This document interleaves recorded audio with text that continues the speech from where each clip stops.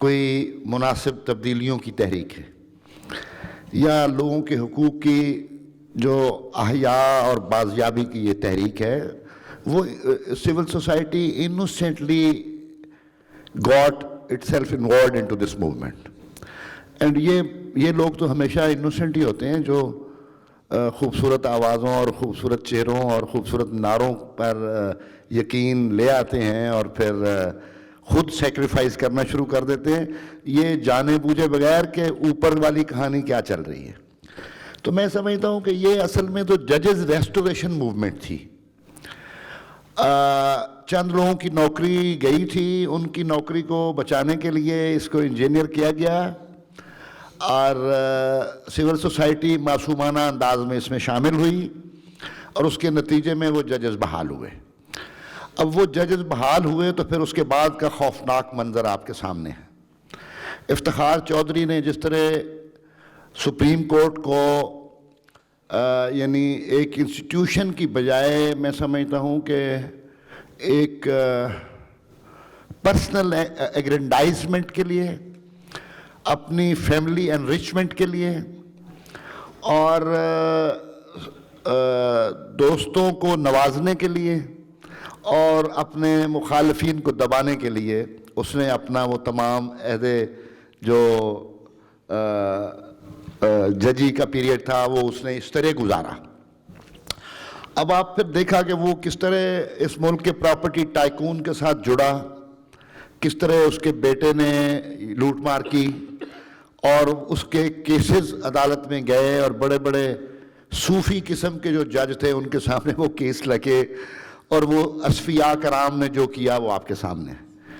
تو میرا خیال ہے آنکھیں کھلی ہوئی ہیں آپ کی، آپ کا ذہن اور شعور بالکل تر و تازہ ہے اور توانا ہے، آپ کو سب نظر آ رہا ہے، آپ نے سب جان لیا ہے کہ وہ کیا تھا اور اس کے نتائج کیا نکلے.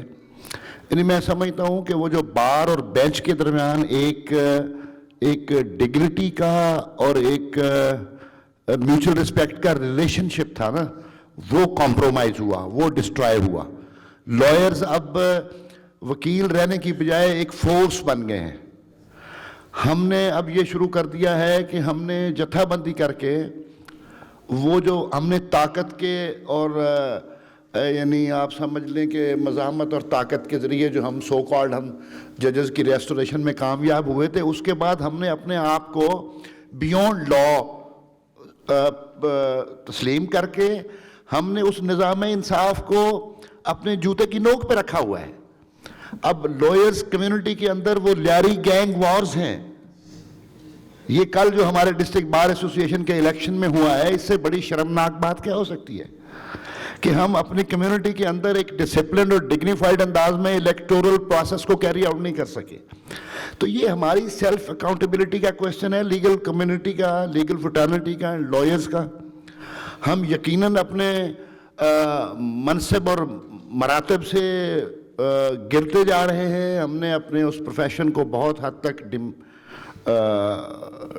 میں سمجھتا ہوں کہ ہیوملیٹ کرنا شروع کر دیا ہے اور یہ نتیجہ ہے اس لائرز موومنٹ کا کہ ہم لائرز نہیں رہے، اب ہم سولجرز بن گئے، ہم فورس بن گئے. اب ہم جتھا بندی کر کے ججز کو یرغمال بنا کر اپنی مرضی کے آرڈرز اور مرضی کی ڈکٹیشنز پہ اپنے فیصلے کروانا چاہتے ہیں اور یہ نہایت خوفناک ٹرینڈ ہے. اس کو میں سمجھتا ہوں کہ بڑا ارجنٹلی اس کو ایڈریس کرنے کی ضرورت ہے. تھینک یو ویری مچ. ہم آخری 2 سوال لیں گے مختصر سے، بالکل. ایک ان کے پاس مائک ہے اور پھر یہ یہاں پہ جو ہمارے ساتھی بیٹھے ہیں آپ ان کو بھی موقع دیجیے سوال کا. Thank you. جی السلام علیکم سر. میرا سوال سر عابد ثاقب صاحب سے ہے کہ میرا نام بلال حسن اور بیسیکلی میں پنڈی بٹیا سے بلانگ کرتا ہوں اور پرسنلی میں آپ کو جانتا بھی ہوں اور آپ کی جو اسٹرگل ہے زیرو سے آپ جتنا اوپر آئے ہیں. تو سر جو ہماری اسٹیٹ ہے بیسیکلی وہ سٹیزن کو بنیادی جو رائٹس ہیں اس کے لیے ہوتی ہے. تو اگر پاکستان کی ہسٹری دیکھی جائے تو پاکستان کے بننے کے بعد 1956 میں پہلا کنسٹیٹیوشن آیا، اس کے بعد 1962 میں، اور اس طرح وہ ایبروگیٹ ہو گیا، اس کے بعد 1973 میں آیا سر. تو sir I was expecting something special from you کہ آپ اس پہ کوئی سلوشن دیں گے کہ 50 سال میں بھی اس پہ امپلیمنٹ نہیں ہوا, اور آپ اس اسٹیج پہ بیٹھ کے یہ کہہ رہے تھے کہ اس کو اس طرح ہو جانا چاہیے تھا یا اب تک ہو جانا چاہیے تھا, لیکن وہ اس کا کوئی سلوشن نہیں دیا اس چیز کا. کہ آپ دیکھ رہے ہیں کہ ہماری جو ایجوکیشن ہے یا ہمارے جو غریب بچے ہیں وہ دیکھیں کس طرح ہو رہے ہیں, اور 50 سال میں بھی سر کچھ نہیں ہو سکا, تو آگے اس کا کیا سلوشن ہے؟ تھینک یو جی, آپ کا سوال آ گیا. دوسرا سوال بھی لے لیں, پھر ایک بار ہی جو ہے وہ جواب ہو جائے. ادھر یہ سینٹر. G thank you. السلام علیکم. عابد ساقی صاحب اور فیصل صاحب دونوں سے سوال ہے کہ عابد ساقی صاحب نے کہا سپریم جوڈیشل کونسل میں ججز کا احتساب نہیں کر سکتے, تو فیض عیسیٰ کیس کے بارے میں کیا آپ کا خیال ہے کہ انہوں نے کورٹ میں کہا کہ میں اپنے جو فارن پراپرٹیز کا جواب نہیں دوں گا, اور اعتزاز احسن نے کہا کہ یہ جو ججوں نے فیصلہ چینج کیا ہے اپنا ریویو میں, یہ بھابھی آ گئی تھی کورٹ میں اور انہوں نے کہا, ججوں نے کہا گھر کی بات ہے گھر میں رہنے دیں, آپ بھابھی کو فیور کر دیتے ہیں اور ہم اپنا فیصلہ چینج کرتے ہیں, یہ اعتزاز احسن نے کہا تھا. تو آپ نے کہا کہ ججز کا احتساب نہیں کریں گے سپریم جوڈیشل کونسل میں. اس فیض عیسیٰ کیس کے بارے میں آپ بتا دیجیے. دیکھیے, فیض عیسیٰ صاحب کے کیس میں اس کا ایک اوریجنل فیصلہ ہے اور ایک ریویو کا فیصلہ ہے. جو آپ کہہ رہے ہیں کہ ججز کا احتساب نہیں کر سکتے, آپ کے پاس اور کوئی آپشن نہیں ہے. اور کیا جرنیل کریں گے ججز کا احتساب؟ سیاستدان کریں گے.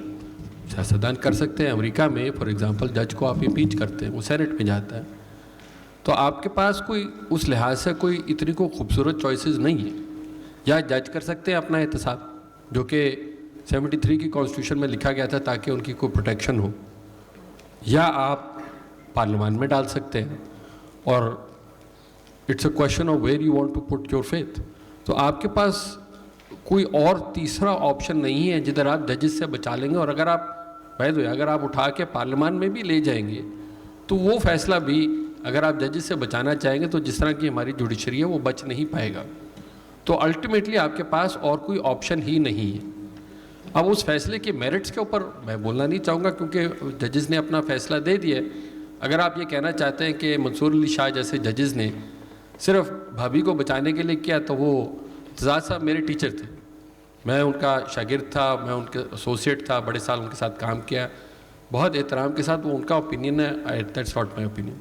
میں سمجھتا ہوں قاضی صاحب کو میں تو اس بات پہ مارجن دیتا ہوں کہ because he stood against some sort of military assault upon the judiciary and himself. سمجھتا ہوں کہ اس نے اس پاور سیکٹر کو چیلنج کیا, لٹل بٹ ریزسٹ کیا, تو اس کی وجہ سے ہم ان کے ساتھ کھڑے ہیں, ان کے ساتھ ہماری ہمدردی بھی ہے. لیکن ایز اے کلاس آف ججز ہماری ان سے کوئی ہمدردی نہیں ہے. ہم سمجھتے ہیں کہ they are prone to compromise everything when time comes.